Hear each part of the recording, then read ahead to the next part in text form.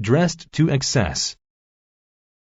If you traveled back in time to the 1700s in Europe, you would laugh when you saw how the aristocracy dressed.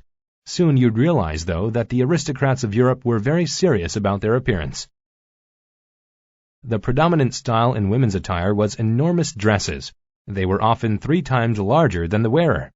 Ladies even used pads to enlarge the appearance of their hips and shoulders.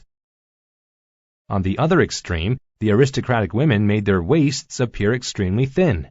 It took several maids stretching fabric and pulling straps in order to get a lady's waist to the proper thinness.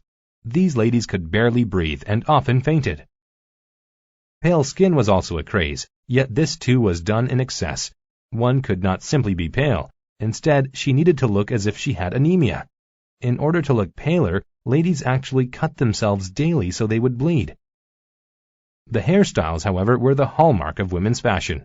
These stood a meter high on the ladies' heads.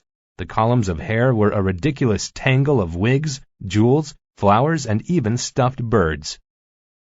Men's fashion was similarly absurd. Today it would probably seem very feminine. Reputable men wore wigs of long curly hair. Their shoes had large soles or high heels so that they could walk high above the filth on the streets. Furthermore, just like the ladies, the men wore lipstick and put rouge on their cheeks.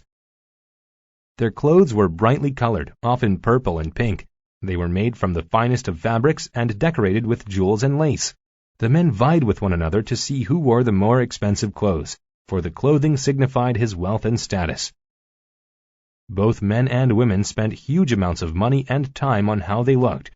Though such vanity would seem vulgar today, 300 years from now, the fashions of our time might also seem completely ridiculous.